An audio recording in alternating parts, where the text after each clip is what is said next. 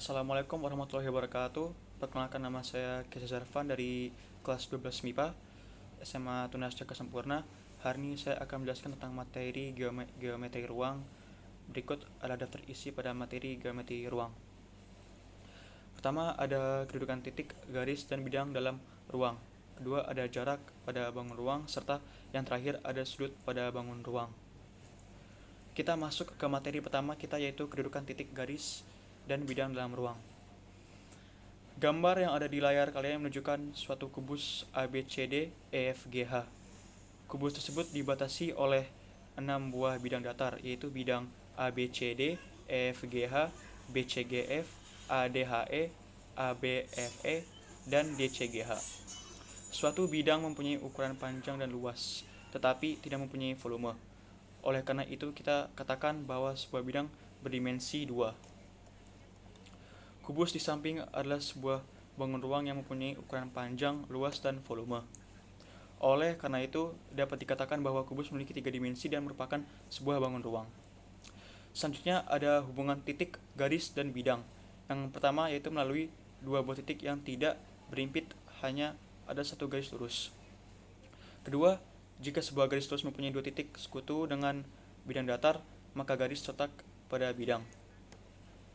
Yang ketiga yaitu melalui 3 buah titik yang tidak berimpit atau segaris, hanya ada 1 bidang datar. Keempat, melalui sebuah garis misalnya EG dan sebuah titik tidak pada garis misalnya B, dapat dibuat 1 bidang datar. Kelima, melalui 2 garis yang berpotongan, hanya ada 1 bidang datar. Keenam, melalui 2 buah garis yang sejajar, hanya ada 1 bidang datar. Selanjutnya kita masuk ke submateri kedudukan garis dan bidang dalam ruang. Mari kita lihat gambar A. Ada beberapa hal yang kita bisa ambil dari gambar tersebut. 1.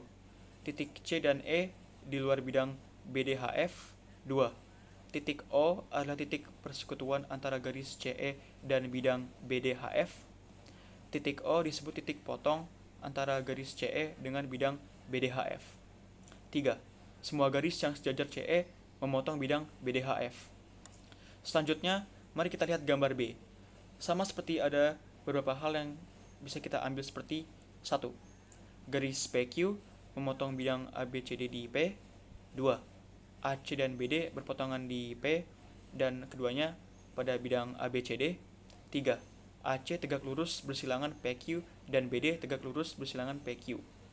Jadi PQ tegak lurus bersilangan dengan bidang ABCD. Setelah itu ada submateri kedudukan bidang dan bidang dalam ruang. Gambar 1 menunjukkan bahwa titik garis BD adalah garis potong antara bidang ABCD dan BDHF. Garis BD pada bidang ABCD dan garis BD pada bidang BDHF. Garis BD sendiri disebut garis persekutuan atau garis tumpuan. Sementara itu, gambar 2 menunjukkan garis PQ adalah garis persekutuan tumpuan dengan bidang ACGE dan BDHF. Maka kedua bidang ACGE dan BDHF berpotongan.